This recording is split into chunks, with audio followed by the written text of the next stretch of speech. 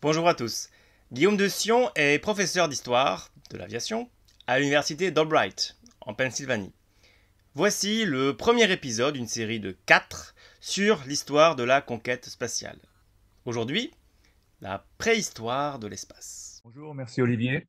Bonjour à tous. Ce que je propose aujourd'hui, c'est de faire un petit peu, si vous voulez, une préhistoire de la conquête spatiale, parce qu'il y a beaucoup en fait, de détails qui manquent à justement cette histoire, notamment sur le plan social et politique. Alors, ce que je propose de faire, c'est d'examiner ça dans trois axes, un peu le côté culturel qui précède au 19e et début du 20e siècle, les grands pionniers, il y en a en tout cas quatre, il y a bien plusieurs autres, mais surtout ces quatre-là que je liste là. Et puis de parler un petit peu des débuts du programme de fusée allemand, qui en fait ensuite permet aux Américains et aussi en partie aux Soviétiques de commencer leur course à l'espace, dont je ne parlerai pas aujourd'hui, mais je donnerai les détails généraux. Euh, Première chose à considérer, c'est est-ce qu'on peut se demander est-ce qu'il y avait en fait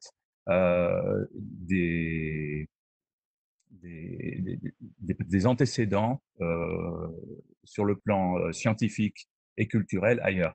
Évidemment, on pense toujours souvent à la Chine, et c'est notamment le cas avec au, à l'équivalent de notre Moyen Âge, l'apparition des bombardes utilisées notamment par les Mongols, et aussi quelques expériences un peu particulières. Alors, euh, parlons par exemple de Monsieur euh, Wan Hu, vous voyez là. J'espère que vous arrivez à le voir. Voilà.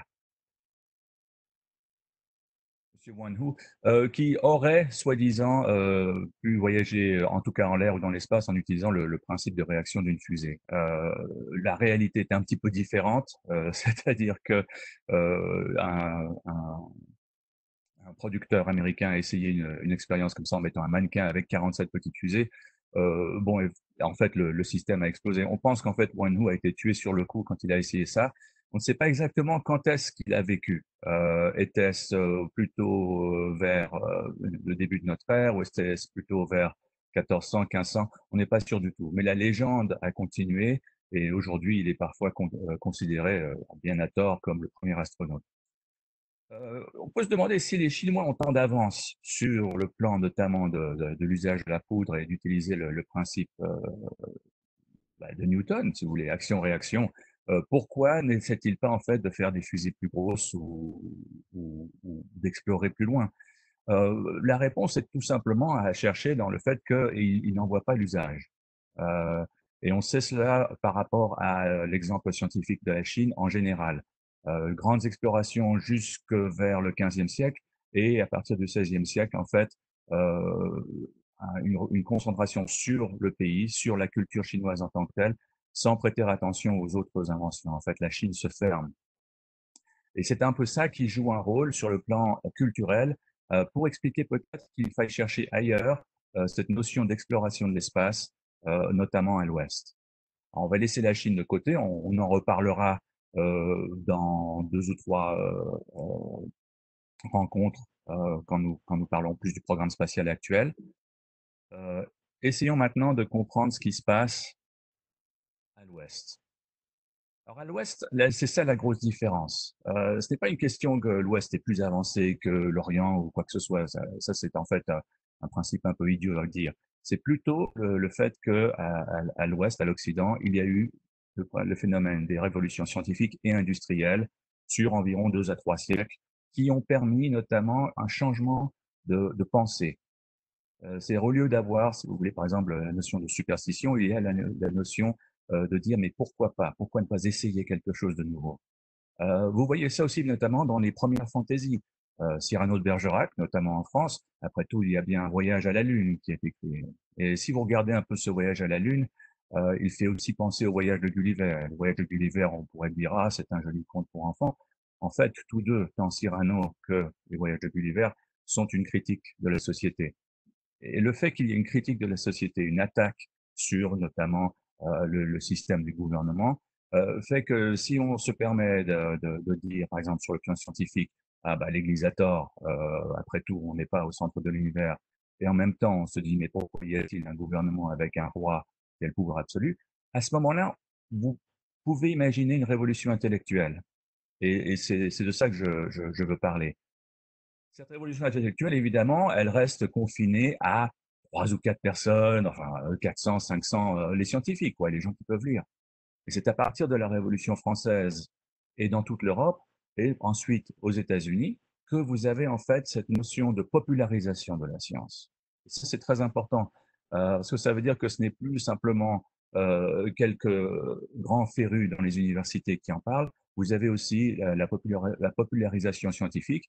Vous le voyez notamment dans les revues qui sont publiées à partir du 19e siècle. Aux États-Unis, c'est Scientific American, par exemple, mais en France, vous en avez des dizaines. Il y a par exemple une origine dans le magazine Science et Vie, c'est par exemple au début du siècle, pour la science, d'autres choses comme ça qui paraissent. Et en même temps, vous avez l'apparition d'une nouvelle forme de roman d'anticipation. Ce n'est plus de la fantaisie, c'est vraiment de la science-fiction. Et cette science-fiction, évidemment, elle reste toute fiction, elle reste en fait, il y a beaucoup de fantaisie, mais le fait que vous ayez par exemple quelqu'un comme Jules Verne qui écrive De la Terre à la Lune, et aussi que vous en ayez d'autres, notamment H.G. Wells qui parle notamment d'une invasion des Martiens, ce phénomène d'anticipation permet aussi d'inspirer beaucoup de jeunes gens.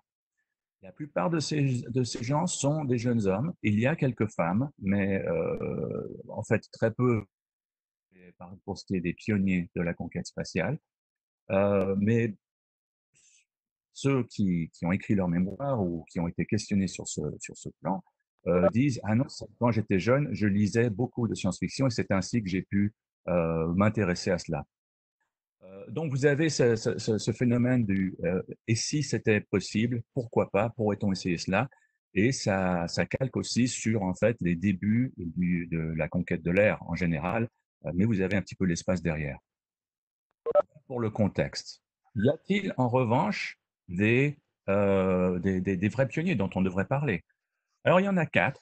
Vous avez un Russe, vous avez un Américain, vous avez un Allemand, enfin originalement transylvanien, et vous avez aussi un Français.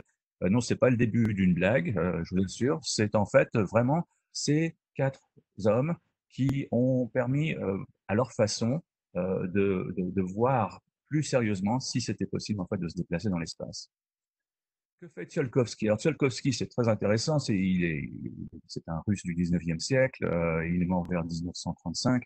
Euh, mais à la fin du 19e siècle, il s'intéresse en fait à cette notion de voyager en l'air. En fait, ses premières contributions sont sur la construction d'un dirigeable en métal, ainsi que diverses notions d'aérodynamique. Ce qui est intéressant, c'est que Tsiolkovsky, en fait, est un prof de mathématiques. Pendant que ses élèves font leur devoir, il s'occupe en fait d'écrire un peu sur le concept de voyage dans l'espace. C'est un des premiers à suggérer notamment que, en fonction d'un certain mélange, en utilisant le principe newtonien d'action et de réaction, on pourrait en fait réussir à se propulser dans l'espace. Et on voit notamment ça dans l'évolution de ses dessins. Il s'y consacre jusque vers 1914 environ. Euh, Après ça, il ne s'y intéresse plus. Même si dans les années 30, il y a brusquement un relan d'intérêt pour tout ce qu'il a fait en Union soviétique. Mais ce qu'il écrit, en fait, est quelque chose qui va inspirer d'autres pionniers en même temps. Donc on a Tsiolkovsky d'un côté. N'oublions pas Monsieur Eno Pelterie. Alors, je ne le fais pas dans un ordre spécifique, parce qu'en fait, ce qui est intéressant, c'est cet échange d'idées. Il ne se fait pas tout en même temps. Eno Pelterie, en fait, est beaucoup plus connu pour toute une série de dessins et de tests d'avions qu'il a fait au début du siècle. Euh, et il n'a pas vraiment participé sur ce plan-là pendant la Première Guerre mondiale. Puis en fait, il se désintéresse de l'aéronautique pour s'intéresser beaucoup plus à cette notion d'exploration de l'espace. Et en 1927, il fait une conférence très importante à la Société astronautique de France euh, qui est intitulé et publié sous le titre L'exploration par fusée de la très haute atmosphère et la possibilité des voyages interplanétaires. C'est un de ces titres très très longs, mais qui en fait dit très clairement de quoi il s'agit. Et Eno Pelteri, pour la première fois, suggère en fait effectivement que si l'on pouvait utiliser notamment le principe de la fusée, cela permettrait en fait de venir au bout du problème qu'il y a en aviation, notamment d'explorer en haute altitude. On découvre qu'en fait un avion ne peut pas aller aussi haut qu'on l'espère. Euh, cette conférence, en fait, qui est très bien reçue, passe en général inaperçue pour le grand public. Il faut dire que le grand public s'intéresse beaucoup plus dans les années 20 aux grands exploits, les grands raids aériens, la traversée de l'Atlantique, et ainsi de suite. Mais cela permet en fait de comprendre un petit peu qu'il y a cette notion et qu'elle va inspirer aussi d'autres scientifiques. Les deux premiers dont j'ai parlé, en fait, c'était vraiment des théoriciens. Et ces théoriciens n'ont pas vraiment construit quoi que ce soit. Enfin, évidemment, Eno Peltier avait construit des avions, mais il n'a pas fait de fusée. Le seul des quatre à vraiment faire une fusée, c'est Robert Goddard. Robert Goddard est souvent mal compris. Ce qui est amusant avec lui, c'est que vraiment, il ne recherche la publicité, pardon, en aucune façon. Euh, il est formé en physique, c'est un physicien, et il se retrouve à enseigner dans le Massachusetts, au nord des États-Unis. Il a admis dans ses mémoires qu'en fait, il avait été tout à fait inspiré par les romans de H.G. Wells dans son idée d'essayer peut-être d'appliquer la science au principe de la conquête spatiale. Euh, il essaie de comprendre en fait ce qui déjà existe, c'est-à-dire notamment le système que les Chinois avaient inventé des centaines d'années avant, un peu de poudre, système solide, on allume et voilà. Le problème, c'est que vous ne pouvez pas vraiment contrôler la pression qui existe à ce moment-là. En fait, la nouvelle théorie, qui existait déjà notamment, Eno Pelteri en avait parlé, et d'autres aussi, c'est est-ce qu'on pourrait avoir un système à propulsion liquide? Donc mélanger effectivement de l'oxygène avec un autre carburant et voir si l'on pourrait obtenir en fait effectivement une réaction plus contrôlée. Ça a l'air plus simple, mais en fait c'est aussi plus compliqué. Et on le voit notamment. Désolé. Voilà, pardon, j'ai sauté une diapositive. On le voit notamment dans ce système. Alors, la fusée de Goddard, eh ben, vous pouvez la voir au Smithsonian à Washington, au grand musée aéronautique qu'ils ont là-bas. Et quand vous allez voir ce truc-là, ça fait environ 4 mètres de haut. Vraiment, c'est un peu décevant. On vous dit, ce machin-là, c'est vraiment la première fusée. Oui, en fait, ça l'est. Elle est testée en 1927 sur un étang gelé en hiver. Vous pouvez d'ailleurs aller sur le site de nos jours. En fait, vous cherchez les grands magasins et brusquement, vous avez la question d'un missile balistique qui a été mis en guise de monument là où il avait testé sa fusée. Enfin, vous le voyez, c'est vraiment très très simple en fait.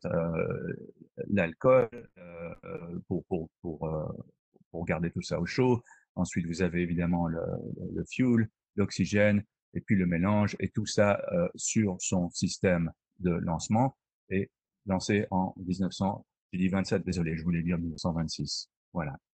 Goddard va continuer ses expériences, mais en fait, c'est vraiment le scientifique par excellence. Il ne s'intéresse à rien d'autre.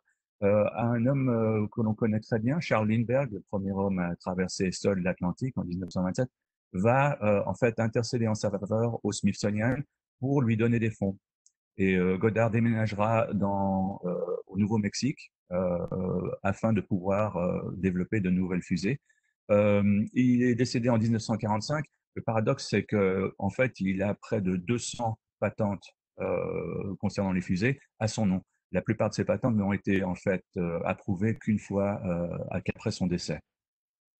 Mais Goddard, en fait, est vraiment le premier à essayer d'appliquer le principe. Donc, quand on utilise l'expression scientifique d'expert en fusée, en fait, c'est pas juste Werner von Braun ou d'autres. Il y a Goddard qui, en fait, arrive parmi les premiers.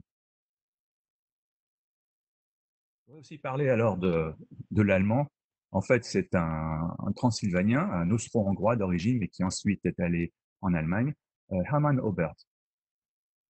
Hermann Oberth de la même façon que bien d'autres, est inspiré par la science-fiction et essaye en fait non pas d'étudier le principe de la fusée une fois qu'il est scientifique, il essaie d'en faire sa thèse de doctorat.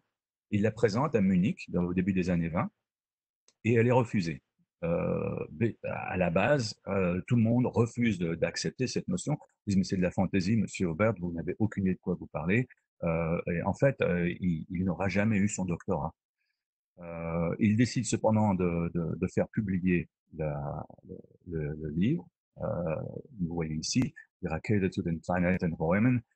Ça veut dire la fusée pour aller dans l'espace, tout simplement.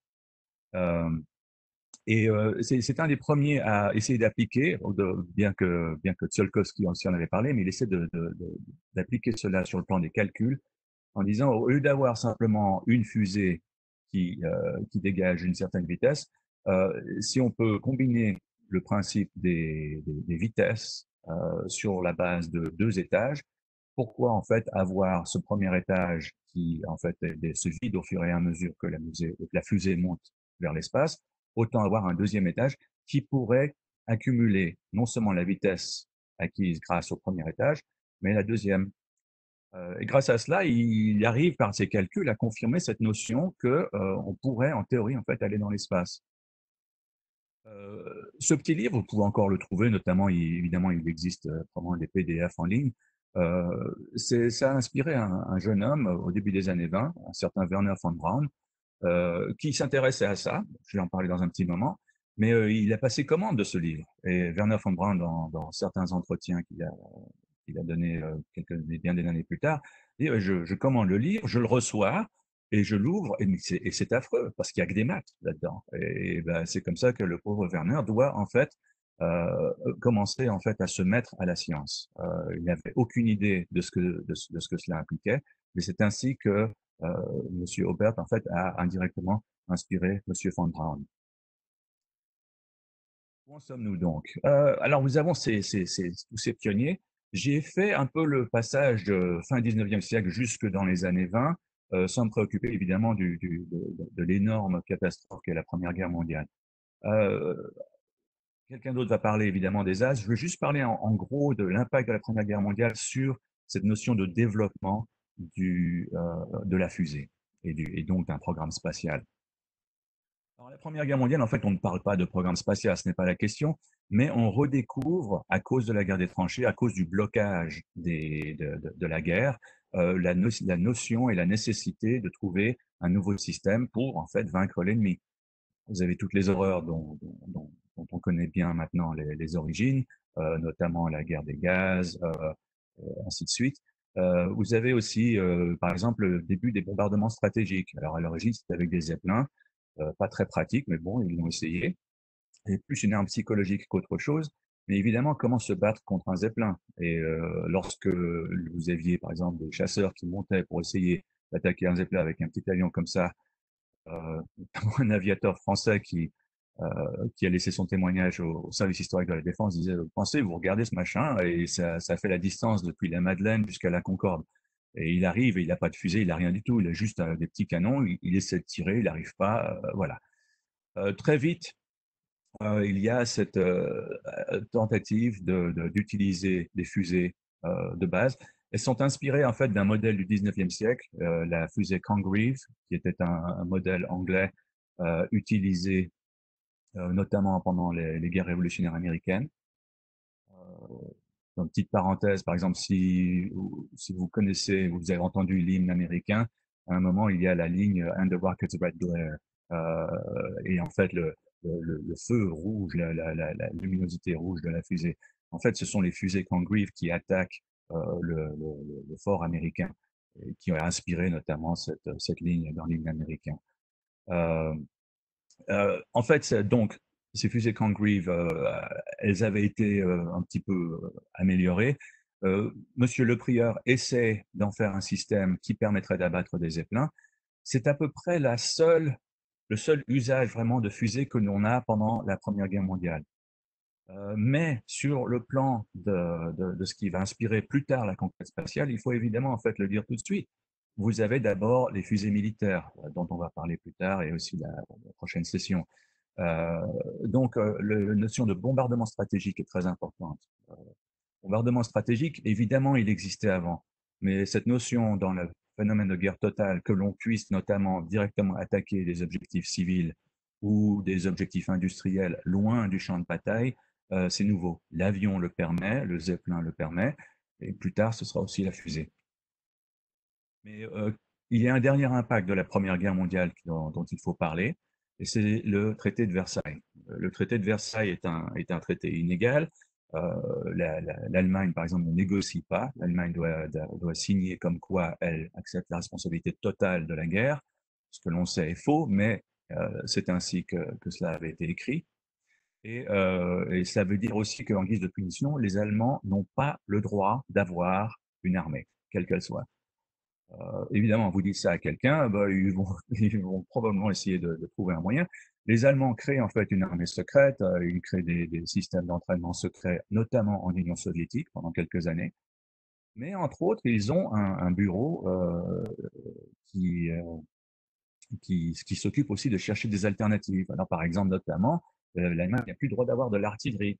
Et la description dans le traité de Versailles est très claire. Donc, si vous avez un canon, ça va pas. Ça va tout de suite faire que les Alliés vont vous demander de détruire ce canon, de l'enlever, etc., etc.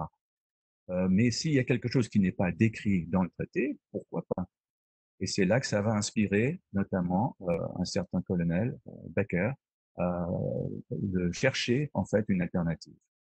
Donc ça, ce sont les impacts de la Première Guerre mondiale. On va laisser ça de côté pour voir un peu qu'est-ce qui se passe aussi dans le contexte des années 20 en Allemagne. Alors l'Allemagne, on pense toujours, c'est un peu le stéréotype, ah bah oui, ils perdent la Première Guerre mondiale, Hitler arrive, voilà, et on a la Deuxième Guerre mondiale. Non, faut pas oublier que en fait, vous avez une période de 15 ans qui en fait est magnifique et très triste en Allemagne. C'est la République de Weimar. Une période fantastique sur le plan notamment scientifique et culturel. Le nombre de prix Nobel que l'Allemagne gagne pendant ces années-là, avant l'arrivée de Hitler, est remarquable. Vous avez aussi une exploration sur le plan culturel, sur le plan de la société en général, qui est aussi remarquable. Faut bien le dire, par exemple, les Allemands donnent le droit de vote aux femmes en 19. Nous, en France, on ne l'a pas fait avant 44. D'accord? Donc, c'est pour vous donner une idée. Il y a beaucoup, beaucoup d'exploration. En même temps, évidemment, il y a la montée du nazisme, la montée du nationalisme. Avec ce contexte, on peut se dire, oui, bon, alors, où est-ce qu'elle va, la fusée? À quoi ça sert? Vous avez beaucoup de scientifiques et beaucoup de gens dans le public qui cherchent à s'amuser. Et de la même façon que, par exemple, dans le monde, on se passionne notamment pour les grands raids aériens, en Allemagne, il y a aussi une fascination avec l'usage de la fusée. Alors, on essaie de mettre des fusées un peu sur tout. Donc, je vous ai mis une photo, notamment d'une voiture de course propulsée par fusée. Ils essayent toutes sortes de versions, des fusées à poudre, des fusées à moteur liquide. Ça ne se passe pas toujours très bien. Il y a des morts, notamment. C'est vraiment des amateurs, il faut bien le dire. Ils arrivent leur dimanche, ils ont leur bière. D'ailleurs, c'est filmé. Et ensuite, ils font leur petit mélange et ils s'essaient pour voir si ça va marcher et ils tirent leur fusée. Mais le fait est que parmi ces scientifiques et notamment ces amateurs, ces enthousiastes, vous avez des jeunes hommes qui vont en fait acquérir une certaine expérience et c'est ce qui va aussi inspirer notamment le programme militaire allemand.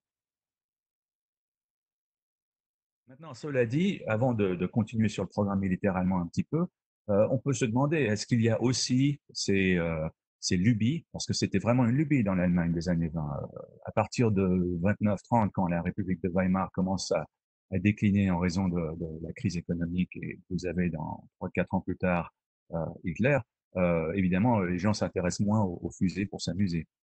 Mais est-ce que vous avez ces lubies ailleurs?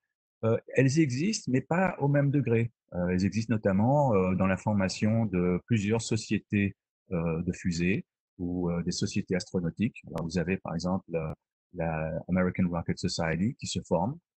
Elle n'attire pas beaucoup de monde, d'ailleurs. Les Américains sont beaucoup plus intéressés par l'aviation, comme les Français, d'ailleurs. Vous avez en Angleterre la British Interplanetary Society, beaucoup plus sérieuse. Et c'est d'ailleurs un paradoxe parce que probablement le BIS est le groupe, l'organisme qui a le plus cherché à comprendre si le voyage dans l'espace était possible en publiant pas mal de revues avec des articles très intéressants sur le sujet, très traités. Je trouve ça un peu paradoxal puisque malheureusement le programme spatial britannique maintenant pour ainsi dire, il existe, mais il n'est pas très grand. Je veux parler très brièvement, mais malheureusement je ne peux pas le faire en détail parce que le temps presse, il y a une nouvelle obsession en Union soviétique.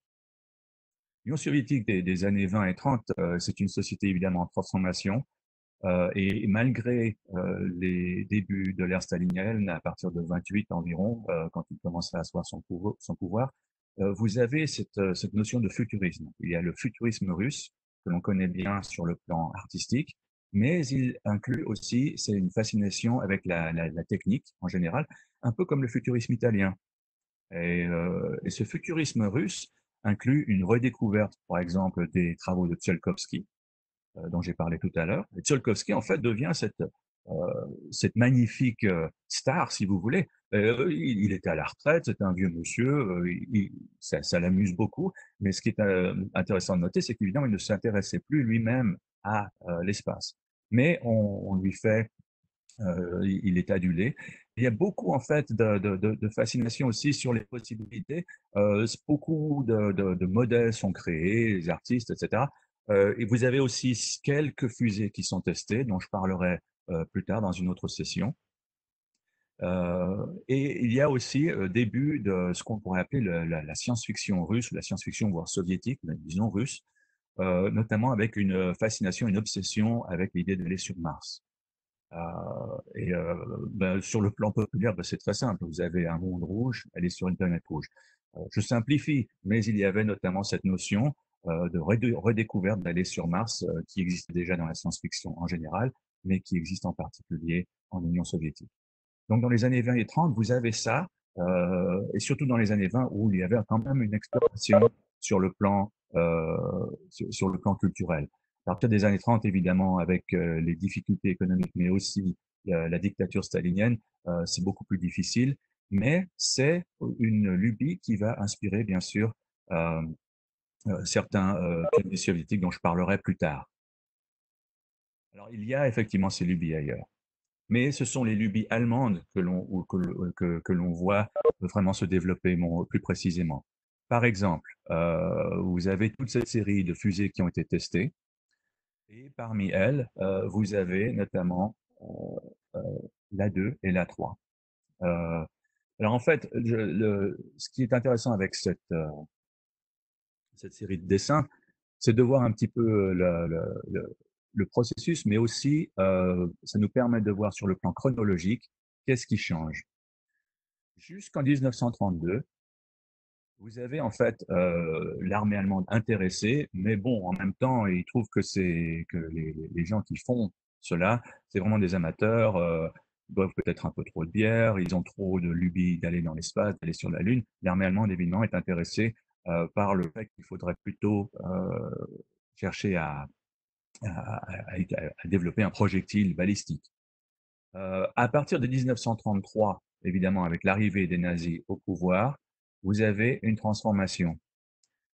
C'est la dernière année où vous avez ces fusées qui sont faites par des amateurs et il y a une césure à partir de 33-34 qui évidemment est à retourner au compte du fait que brusquement l'armée allemande reçoit des fonds, reçoit des crédits et en fait l'armée allemande est officiellement remise en place à partir de 35. Et vous avez l'apparition en 34 du modèle A2. Euh, en fait, ça a l'air d'une espèce de petit suppositoire un peu bizarre, une pilule. Mais c'est d'utiliser le principe d'une fusée à moteur liquide. Puis vous avez l'A3 à partir de 1937. A2 et A3, la lettre A, c'est pour agrégate. En fait, composition, si vous voulez. Et ce sont les travaux de Werner von Braun. le modèle Magdebourg ne sera pas construit, mais c'est à partir de là que l'on peut commencer de voir un modèle de fusée allemande qui va inspirer, qui va être très important plus tard, à partir non seulement dans la Seconde Guerre mondiale, mais à partir de 1945, quand les Alliés récupèrent les V2 ou modèle A4 que les Allemands ont mis en place. Où s'est passé tout cela? À l'origine, c'était pas très loin de Berlin, un endroit qui s'appelle Kummersdorf. Sur cette photo, vous voyez ce qu'il en reste. Je crois que ça a été en partie restauré, mais c'est une photo qui date des années 90. Et à l'origine, c'était là que les tests se faisaient. Le problème, c'est que c'est pas très loin d'habitations diverses, notamment une fusée qui avait été tirée par justement ces amateurs qui travaillaient pour le système militaire avait fini dans un commissariat. Ça n'a pas très bien passé. Heureusement, ça s'était arrangé un peu après. Mais bon, notamment le colonel Becker disait il faut qu'on trouve autre chose. Et c'est ainsi que Werner von Braun avait dit ah mais je sais qu'il y a des endroits notamment au nord de l'Allemagne qui sont beaucoup plus discrets. Et c'est vrai que c'est à partir de la fin des années 30 que vous avez effectivement la construction, l'établissement d'un endroit qui s'appelle Peenemünde, où il y aura en fait le développement à pleine échelle du programme de fusée allemande. Je parlerai de la fusée elle-même dans la session suivante. Juste parler un petit peu comment ça marche et pourquoi, en fait, si on a déjà une fusée A3 en 37, on n'a pas en fait un test de la fusée A4 qui a du succès à partir de 1940. Donc quand même 5 ans. Euh, les détails viendront, mais il faut comprendre que dans le système nazi, en fait, vous avez quand même de la concurrence qui existe entre les différentes approches, les différents industriels et ainsi de suite. Alors de ce fait, vous avez en fait le modèle de fusée. Qui c'est qui s'occupe de la fusée? C'est l'armée allemande. L'armée, c'est l'artillerie, l'infanterie, etc., etc. Ce n'est pas l'armée de l'air. Donc vous avez Monsieur Von Braun, dont la thèse est publiée, qui travaille sur les fusées, mais il travaille en fait pour l'armée allemande. Et que fait la Luftwaffe, l'armée de l'air allemande? Ils essayent aussi, ils s'intéressent aussi à ça, notamment ils font des expériences à Peenemünde parce qu'ils ont leur propre base, mais la base est complètement séparée de la base de l'armée. Donc vous avez un peu un paradoxe. En fait, vous me direz, ce seront plutôt c'est la concurrence entre les différents services qui existent dans toutes les armées du monde, c'est vrai. Mais en fait, vous avez notamment cette notion d'utiliser, par exemple, des fusées. Alors, vous avez notamment un avion qui a été expérimenté avec une fusée. Ça n'a pas donné grand-chose. Plus tard, évidemment, vous avez le principe des V1 pour ce qui est des modèles balistiques. L'avantage de la V1 pour malheureusement les victimes, c'est qu'au moins vous saviez quand ça arrivait. Un détail qui va avoir son importance plus tard, nous verrons avec la V2. On a même essayé ça à un meeting aérien. Je ne sais pas si la voiture a décollé, en fait, je ne crois pas. Et vous avez effectivement notamment le principe de propulsion sur un avion fusée utilisé vers 1944, le Messerschmitt 163. La seule chose à dire sur ce plan, c'est que on est loin de toute conquête spatiale. Il faut le mentionner cependant, mais c'est un système de propulsion liquide extrêmement dangereux d'ailleurs. Il y a l'histoire bien connue du pilote qui s'était posé après un vol d'essai et le réservoir situé juste derrière le siège s'était ouvert, avait éclaté en fait, et on n'a presque rien retrouvé du pilote parce que le système de propulsion utilisait un liquide qui était extrêmement, c'était de l'acide en fait. Le Messerschmitt 163, ça représente pour moi un petit peu le principe de ne pas savoir ce que l'on veut. C'est-à-dire que vous avez cette notion, il faut tout de suite avoir ces chasseurs en place pour essayer d'attaquer les bombardiers. C'est un peu une politique on met de l'argent un peu partout. Ça pourrait rappeler un peu ce qu'on appellerait la politique des prototypes après la Seconde Guerre mondiale que vous voyez dans beaucoup de pays. On construit, on construit, on construit, mais on ne sait pas trop si ça va marcher. S'il y avait eu plus rapidement l'utilisation de fonds pour les fusées V2, il est possible que certaines donnes auraient été changées. L'Allemagne aurait quand même perdu la guerre, mais ils auraient probablement eu plus de missiles et peut-être un peu plus tôt. Alors voici, c'est là que je vais conclure cette première session d'environ 40-45 minutes. Et la raison pour laquelle je la conclue maintenant, c'est que en fait, il est plus logique de parler de la fusée V2 et de la guerre froide en même temps, parce que c'est la fusée V2 qui inspire en partie les soviétiques, mais pas complètement, mais surtout les Américains à construire un modèle qui s'appellera le Jupiter, qui est en fait une V2 améliorée, qui leur permettra d'envoyer leur premier satellite dans l'espace. Pendant ce temps, les soviétiques, en fait, iront dans l'espace avant les Américains, mais en utilisant aussi leurs propres méthodes qui, à l'origine, en fait, ont bien plus de succès. Donc, je vous remercie de votre attention et à une prochaine fois. Nous qui te remercions, Guillaume. C'était vraiment très intéressant. Vous pouvez poser vos questions sur le chat et nous vous offrirons des questions la prochaine fois. Je vous remercie. C'était très bien, hein, Guillaume. Merci beaucoup.